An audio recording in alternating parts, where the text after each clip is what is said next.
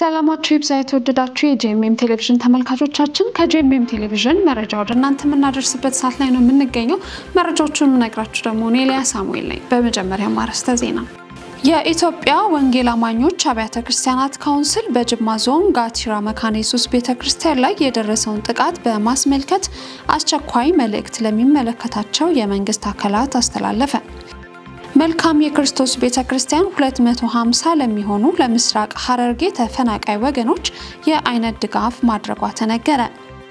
የኢትዮጵያ ወንጌላዊት ቤተክርስቲያን መካነ ኢየሱስ አዲስ አበባ ሲኖዶስ የ10ኛ ዓመት ዳግም ምስረታ በዓሏን አከበረች።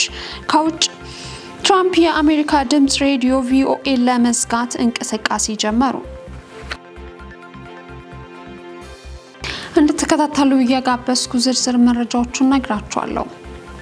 በጅማ ዞን ጋቲራ በምትባል ከተማ በክርስቲያኖች ላይ ጥቃት መድረሱ ተሰማ።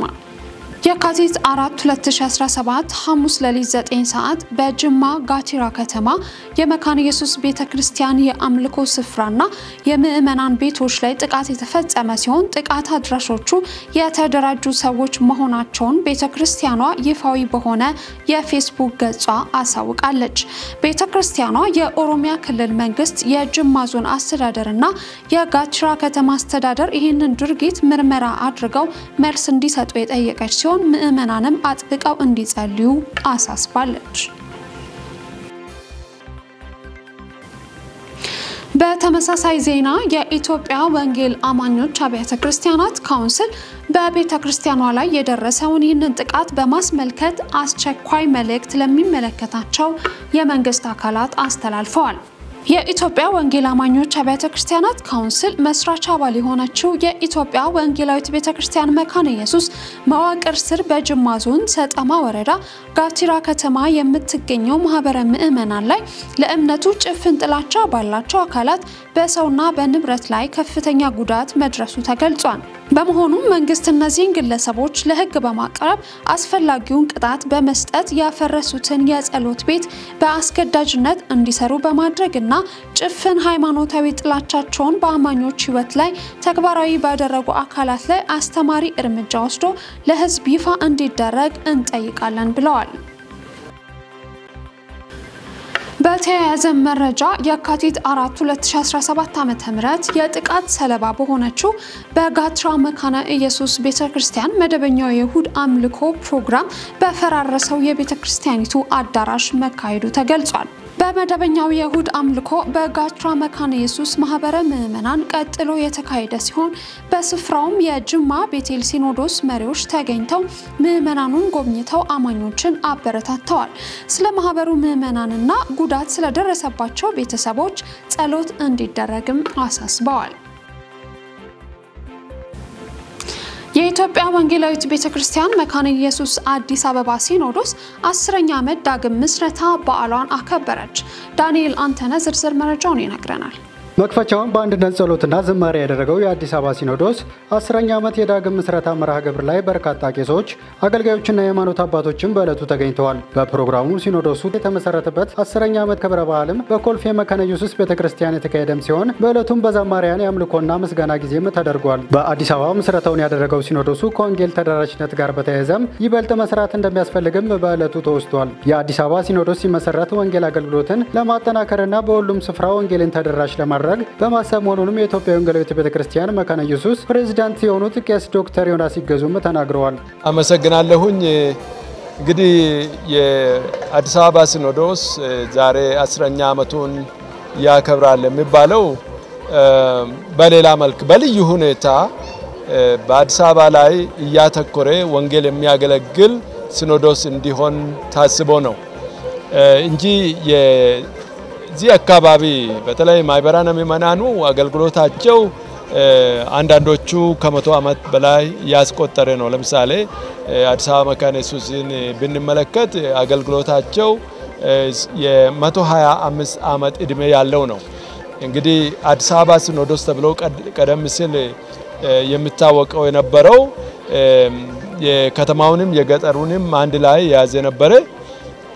ከ10 ዓመት በፊት እንደገና በዚህ መልክ እንዲዋቀር የተደረገው አዲስ አበባ ሲኖዶስ ግን በዋናነት አዲስ አበባን በወንጌል መድረስ እንዲችል ታስቦ ስለሆነ ይህንን ክብረ በዓል ስናከብር አንድም በታሰበው ልክ አገልግሎቱ ተሰጥቷል ወይ በታሰበው ልክ ማህበራነ ምእመናን ተቋቁመዋል ወይ የደቀ መዛሙርት ቁጥር በዝቷል ወይ የሚለውን ለመገምገም ይረዳል እንደገና ደግሞ ካለፈው በመማር በአዲስ ጉልበት ወደፊት በአገልግሎት ለመገዝገስ የሚያመች ነው እና ጥሩ ምርታ ያለው አገልግሎት እየሰጠ ያለ ሲኖዶስ ነው በጣም እርግጠኛ ነኝ እያደገ እየበዛ ይሄዳል ግን ትልቁ የኔ ጥሪ መልእክት ለዚህ ሲኖዶስ ምእመናን በዋናነት ከሁሉ ነገር በላይ በወንጌል ላይ እንዲያተኩሩ ነው ወንጌል ላይ ማተኮር ነው ሌላ ነገር ትቶ ወንጌልን ብሎ ነው የተወጣው በወንጌል ላይ እንዲያተኩሩ ለዛ ደግሞ አስፈላጊው ሪሶርስ ማሰባሰብ እንዲችሉ ለዛ የሚያበቃ ስትራክቸር እንዲዋቀር በዚህ ሁሉ ጥረት እንዲያደርጉ ነው ግን በጣም ደስ ብሎናል 10 አመት አልፏል በቀጣይ እንግዲህ ብዙ ክብረ በዓላትን እያከበርን እንቀጥላለን ማለት ነው በሌላ በኩል በኢትዮጵያ ወንጌላዊት ቤተክርስቲያን መካነ ኢየሱስ የአዲስ አበባ ሲኖዶስ ፕሬዝዳንት የሆኑት ቄስ ዶክተር ጽጌ በረዳ እንደገለጹትም ስለ ሲኖዶሱ ምስረታ ሂደትም ገለጻን አድርገዋል አዲስ አበባ ሲኖዶስ ከተመሰረተ 50ኛ አመቱ ነው ግን የተወሰነ አገልግሎት በስፋት ካገለገለ በኋላ እስከ ጅጅጋ የሚደርስ ብዙ የወንጌል ስርጭቱን ካደረገ በኋላ የነበረው ማዕከላዊ ኢትዮጵያ ሲኖዶስ በሚባል ስያሜ የተሰጠና ይሄኛው አዲስ አበባ ሲኖዶስ በከተማ የወንጌል አገልግሎት ትኩረት እንዲያደርግ ተብሎ የዛሬ 10 አመት ጥቅምት አካባቢ ተመሰረተ ማለት ነው ለዚህ ነው ዛሬ 10ኛ አመታችንን ልናከብር የፈለግነው አዲስ አበባ ሲኖዶስ ተብሎ በ8 ማህበረ ምእመናን ከተመሰረተ 50ኛ አመቱ ነው 50ኛ አመት አስቆጥሯል ማለት ነው በእነዚህ 50 አመታት በጣም ሰፋ ያለ ከተሰጠው አዲስ አበባ ዙሪያ ብቻ ሳይሆን ከተሰጠው ኃላፊነት በጣም የጨመረ አገልግሎት አገለገለና አገልግሎቱ እየሰፋ መጣ ከዚህ የተነሳ አዲስ አበባ ሲኖዶስ የሚለው የመካነ ኢየሱስ አወቃቀር ሲኖዶስ ሲወቃቀር በጂኦግራፊ ነው የሚዋቀረው ስለዚህ አዲስ አበባ ሲል አዲስ አበባ ብቻ መሆን ነበረበት ግን አገልግሎቱ በጣም ሰፋ አገልግሎቱ በጣም ሲሰፋ ያ የሰፋው ሲኖዶስ ማዕከላዊ ኢትዮጵያ ሲኖዶስ ተባለ ከዛ በመቀጠል ይሄኛው አዲስ አበባ ላይ ብቻ ትኩረት አድርጎ የወንጌል ስርጭት እንዲያደርግና ደቀ መዝሙር እንዲያፈራ የከተማ ወንጌል ላይ ትኩረት እንዲያደርግ ታስቦ የዛሬ 10 አመት ተቋቋመ ዳግም ምስረታ የተባለበት ምክንያት ምንድነው ከተመሰረተ 50 አመት አስቆጥሮ እንደገና የዛሬ 10 አመት ከተማ ተኮር ተደርጎ ስለተቋቋመ ነው ዳግም ምስረታ የተባለው መላውን የአዲስ አበባ ሲኖዶስ አባላትን በሙሉ እንደገናም መላውን የኢትዮጵያ ወንጌላዊት ቤተክርስቲያን መካነ ኢየሱስ አባላትን በሙሉ እንደገናም ደግሞ መላውን የወንጌል አማኞችን ካውንስል ውስጥ ያሉትን በሙሉ ይሄ የወንጌል ስራ እንደዚህ በመስፋቱ የሁላችንም ስራ ስለሆነ ይሄንን ሰፊ ስራ ዛሬ እንድናመሰግን ለእግዚአብሔር ዕውቅና እንድንሰጥ እግዚአብሔር እድል ስለሰጠን ሁላችሁንም እንኳን ደስ አላችሁ ተያይዘን አሁንም ወንጌልን እንሰራለን ምድራችንን በወንጌል እንደርሳለን ጨለማው በክርስቶስ ብርሃን ይዋጣል ሁላችሁንም እንኳን ደስ አላችሁ የሁላችንም ነው የመካነ ኢየሱስ ብቻ የአዲስ አበባ ሲኖዶስ ብቻ አይደለም የሁሉም ቤተ እምነት ደስታ ነው ምክንያቱም የእግዚአብሔር ስራ ነው የተሰራው የተመሰገነውም ዕውቅናም የተሰጠው እግዚአብሔር ብቻ ነው ስራውን የሰራው እግዚአብሔር ስለሆነ አቅም የሰጠው ጉልበት የሰጠው ኃይል የሰጠው እግዚአብሔር ስለሆነ ዕውቅናም በዚህ ፕሮግራም ላይ የምስጋና ዕውቅናም የተሰጠው እግዚአብሔር ብቻ ስለሆነ እንኳን ሁላችሁንም ደስ አላችሁ እንኳን ደስ አለን ማለት ፈልጋለሁ የኢትዮጵያ ሙሉ ወንጌል አማኞች ቤተክርስቲያን በደቡብ ምዕራብና አዲስ አበባ አካባቢው ክልል ለሁለተኛ ዙር የተተኪ ወጣቶች መሪ ስልጠና ተካሄደ። መጋቢት 6 እና 7 2017 ዓ.ም በክልሉ ጽፈት ቤት ግቢ ውስጥ በተካሄደው በዚህ ስልጠና ላይ ከ30 አጥቢያዎች የተውጣጡ 36 የወጣት መሪዎች ተገኝተዋል። ወንድም ብሩክ ኃይሉ የጊዜ አጠቃቀም በሚል ርዕስ እንዲሁም በወንድም ኤርሚያስ ተሰማ ክርስቲያናዊ መንፈሳዊ መሪነት በሚል ርዕስ ላይ ስልጠና ተሰጥቷል። እንዲሁም መጋቢ ኤልያስ አየለ የእግዚአብሔር ተልእኮ ወይም ሚሽን ላይ ለተተኪ ወጣቶች መሪዎች ስልጠናውን ሰጥቷል። የስልጠናው ተሳታፊ ወጣቶች ለህይወታቸውና ለወንጌል አገልግሎታቸው መነሳሳትን የፈጠረላቸው በመሆኑ መደሰታቸውን ገልጸዋል። መረጃውን ከኢትዮጵያ ሙሉ ወንጌል ቤተክርስቲያን ገጽ አገኘ ነው። መልካም የክርስቶስ ቤተክርስቲያን 250 ለሚሆኑ ለምስራቅ ሐረርጌ ተፈናቃይ ወገኖች የአይነት ድጋፍ አደረገች። ባልደረባችን ታምራት ሞቲ ተጨማሪ መረጃውን ይነግረናል። አገልጋዮችንና ተተኪ መሪዎችን በማፍራት ለአገልግሎት ስኬታማነት ዘመኑን በሚመጥን ዕውቀት አሰራርና ቴክኖሎጂን በመጠቀም በመላው ኢትዮጵያ ታላቁን ተልእኮ መፈጸም ተልእኮዋ የሆነው መልካም የክርስቶስ ቤተክርስቲያን በሸገር ከተማ አስተዳደር ፉሪ ክፍለ ከተማ በሙዳ ፉሪ ወረዳ ለሚገኙ 250 የምስራቅ ሐረርጌ ተፈናቃይ ወገኖች የአይነት ድጋፍ ማድረግ ችላለች። የመልካም የክርስቶስ ቤተክርስቲያን ራዕይ ተቀባይና ባላደራ የሆነው መጋቢ እንዳለ ደበሌ የስጦታውን ዓላማ ሲገልጽ ቤተክርስቲያን አገልግሎቷ ሁለንተናዊ ነው፣ ይህን መልካም ሥራ ስንሰራ የክርስቶስን ፍቅር እናሳያለን ብለዋል። ይሄ ሐሳብ መጀመሪያ የመጣው ከምስራቅ ሐረርጌ የተፈናቀሉ ሰዎች በእኛ አካባቢ ላይ በብዛት አሉ። ከቸርቹ በተለይ ጀርባ ስላሉ በየጊዜው እየመጡ ስለነበረ ኑሯቸውንም ህይወታቸውንም ውስጣቸውም ለአንዳንድ የሚሽን ሥራ ስለምናይ ይሄ ሐሳብ ሲመጣ በቀጥታ ለኢትዮጵያ ወንጌላውያን አብያተ ክርስቲያናት ህብረት ሚሽን ዲፓርትመንት ጻፍን። የሚሽን ዲፓርትመንቱ ደግሞ በቀጥታ ወደ የኢንጂል ሰዎች የሚባሉ አሉ ለነሱ ጻፉልን። በወንድማችን ሽፈራው ሰይድ አማካኝነት እሱ ዛጋ አስተባበረልን። ለ250 የሚሆኑ በጣም በኑሯቸው ዝቅተኛ ደረጃ ላይ ያላሉ ሰዎች ይሄንን እርዳታ 10 ኪሎ ደገፈልን። ድጋፍ በተደረገበት ወቅት በስፍራው ተገኝተው ስጦታውን በመስጠት ያስጀመሩት በሸገር ከተማ አስተዳደር ፉሪ ክፍለ ከተማ የብልጽግና ፓርቲ ጽፈት ቤት ኃላፊ የሆኑት አቶ ሽመልስ ለሜሳ የተሰማቸውን ደስታ እንዲህ ገልጸዋል።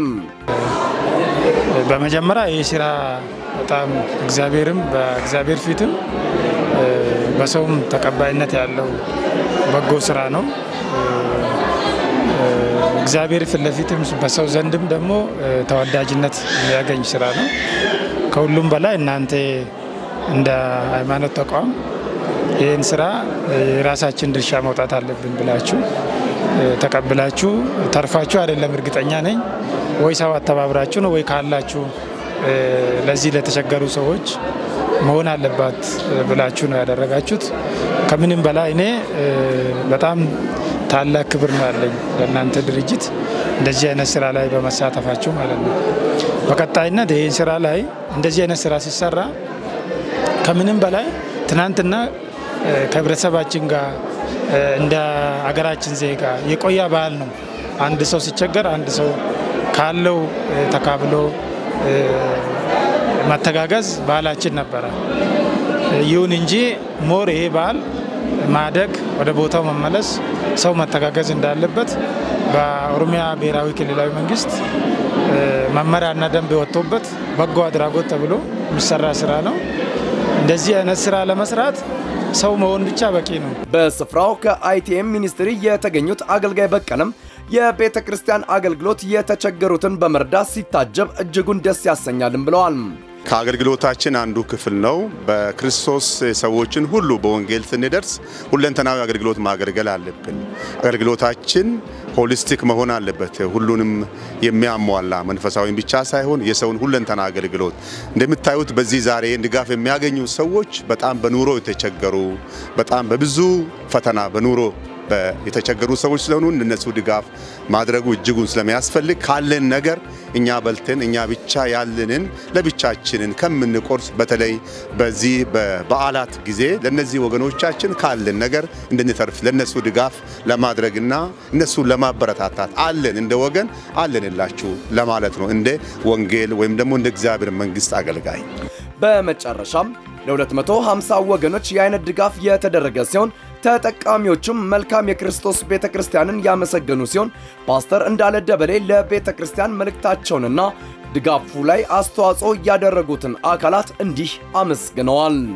የማመሰግናቸው አካላቶች ቢኖሩ የመጀመሪያው እንግዲህ ይሄንን እርዳታ በአሁኑ ሰዓት በተለይ እንድናገኝ ላደረጉልን ነው። የመጀመሪያው የኢትዮጵያ ወንጌላውያን አብያተ ክርስቲያናት ህብረት ሚሽን ዲፓርትመንቱን እናመሰግናለን። በዛው ውስጥ ደግሞ ለየት አድርገን ወንድማችን ሽፈራው ሳይድን እንደገና ደግሞ ፓስተር ደረጀን እዛው ቢሮ ደግሞ ወንድማችን ደቻሳን ሳላመሰግን አላልኩም በብዙ እየደገፉን ስላለ። በመቀጠል ደግሞ በጣም ማመሰግነው የራሴን የቤተክርስቲያኔን አገልጋዮች እንደገና ደግሞ የቦርድ ሜምበሮች በሐሳብ በጸሎት በጣም ስለግፎኛል። እነሱን አመሰግናለሁኝ። በሶስተኛ ደረጃ ደግሞ ይሄንን ወጪ አድርጎ ፋይናንሱን ሰፖርት ያደረገንን የኢንጂል ሰዎችን በጣም ነው ማመሰግናቸው። በሌላ ደግሞ እንደገና ደግሞ ይሄንን የወንጌል ስራ ደግሞ አብሮን ከቤተክርስቲያኒቷ ጋራ በጣም የሚያገለግል ሰው አብሮናል። ያውም የላይፍ ትራንስፎርሜሽን ሚኒስትሪ ወንድማችን በቀለ ዛሬ መጥቷል። እሱ ራሱ በጣም ነው በቃ እየረዳን ያለው። እነዚህን ሰዎች ሳላመሰግን በፍጹም አላልፈም። አምልኳችንን እናድስ የአምልኮና ምስጋና ኮንፈረንስ በሚሊኒየም አዳራሽ ተካሄደ። መጋቢት 6 ቀን 2017 ዓ.ም በተካሄደው በዚህ መርሃ ግብር ላይ ዘማሪት ቃል ኪዳን ጥላሁን፣ ዘማሪት አዜብ ኃይሉና ዘማሪት ቤተልሔም ወልዴ በጋራ በመሆን በዝማሬ አገልግለዋል። በመርሃ ግብሩ ላይ የዘማሪት ቃል ኪዳን ጥላሁን የአገልግሎት ህይወትን የሚዳስስ የቃል ኪዳን ፍቅር የተሰኘ መጽሐፍ ተመርቆ ለንባብ የቀረበ ሲሆን በርካታ ምዕመናን በተገኘበት በዚህ ፕሮግራም የዝማሬ የእግዚአብሔር ቃልና የአምልኮ ጊዜ ተካሂዷል። ውድ ተመልካቾቻችን እየተከታተላችሁ ያላችሁት የጄኤምኤም ቴሌቪዥን መረጃዎችን ነው። ወደ ውጪ መረጃ አልፋለሁ። ትራምፕ የአሜሪካ ድምጽ የሆነውን ቪኦኤ ለመዝጋት እንቅስቃሴ መጀመራቸው ተሰማ። የዩናይትድ ስቴትስ ፕሬዝዳንት ዶናልድ ትራምፕ በፌደራል የገንዘብ ድጋፍ የሚደረግለትን የዜና ድርጅት ጸረ ትራምፕና አክራሪ በማለት ከሰዋል። የዋይት ሃውስ መግለጫ እንደሚያሳየው ግብር ከፋዮች ከአክራሪ ፕሮፓጋንዳ መጠበቃችንን እናረጋግጣለን ሲሉም ገልጸዋል። 1300 የሚሆኑ ሰራተኞቻችን ከደሞዝ ጋር ፍቃድ እንድንወጣ ተደርገናል ሲሉ ገልጸዋል። አብሮሞቪትስ አክለው እንደተናገሩት የውሳኔ ቪኦኤ ወሳኙን ተልዕኮ መወጣት እንዳትችል ያደርጋል። በተለይም ዛሬ ወሳኝ የሆነው የአሜሪካ ጠላቶች እንደ ኢራን፣ ቻይናና ሩሲያ በቢሊዮን የሚቆጠር ዶላር ፈሰስ እያደረጉ የአሜሪካን ስም ለማጣጣል የውሸት ትርክቶችን እየፈጠሩ ነው ብለዋል። የዩናይትድ ስቴትስ ጋዜጠኞች ግንባር ቀደም ተወካይ ቡድን የሆነው ናሽናል ፕሬስ ክለብ የውሳኔ አሜሪካ ለነጻና ገለልተኛ ፕሬስ ያላትን የረጅም ጊዜ ቁርጠኝነት የሚጎዳ ነው ብለዋል። አክለውም አንድ ሙሉ የዜና ክፍል በአንድ ጀንበር ሊገለል የሚችል ከሆነ ስለ ፕሬስ ነጻነት ሁኔታ ምን ይባላል ሲሉ ጠይቀዋል። የፕሬዝዳንቱ ትዕዛዝ የቪኦኤ እናት ኩባንያ የሆነውን ዩኤስ ኤጀንት ፎር ግሎባል ሚዲያ ላይ ያነጣጠረ ሲሆን ለትርፍ ያልተቋቋሙ እንደ ራዲዮ ፍሪ አውሮፓና ራዲዮ ፍሪ ኤዥያ የሚሉ ኮሚኒዝምን ለመከላከል የተቋቋሙ ድርጅቶችን የሚደግፍ ነው። ዩኤስኤጂኤም የሰው ኃይል ዳይሬክተር ክሪስታል ቶማስ ለቪኦኤ ሰራተኞች በኢሜል ይህንኑ ውሳኔ እንዳሳወቋቸው ተናግረዋል። ቪኦኤ በዋነኝነት የራዲዮ አገልግሎት የሚያሰራጭ ሲሆን በሁለተኛው የዓለም ጦርነት ወቅት የተቋቋመው የናዚን ፕሮፓጋንዳ ለመከላከል ነበር። መረጃዎቻችንን ከማጠቃለላችን በፊት አርዕስተ ዜናዎቹን ላስታውሳችሁ። የኢትዮጵያ ወንጌል አማኞች አብያተ ክርስቲያናት ካውንስል በጅማ ዞን ጋቲራ መካነ ኢየሱስ ቤተክርስቲያን ላይ የደረሰውን ጥቃት በማስመልከት አስቸኳይ መልእክት ለሚመለከታቸው የመንግስት አካላት አስተላለፈ። መልካም የክርስቶስ ቤተክርስቲያን 250 ለሚሆኑ ለምስራቅ ሐረርጌ ተፈናቃይ ወገኖች የአይነት ድጋፍ ማድረጓ ተነገረ። የኢትዮጵያ ወንጌላዊት ቤተክርስቲያን መካነ ኢየሱስ አዲስ አበባ ሲኖዶስ የ10ኛ ዓመት ዳግም ምስረታ በዓሏን አከበረች። ከውጭ ትራምፕ የአሜሪካ ድምጽ ሬዲዮ ቪኦኤ ለመዝጋት እንቅስቃሴ ጀመሩ። ለዛሬ ያዝንላችሁ ዜናዎች እነዚሁ ነበሩ። የጄኤምኤም ቴሌቪዥን ተመልካቾቻችን ሌሎች የጄኤምኤም ቴሌቪዥን ፕሮግራሞች ይቀጥላሉ። መልካም ጊዜ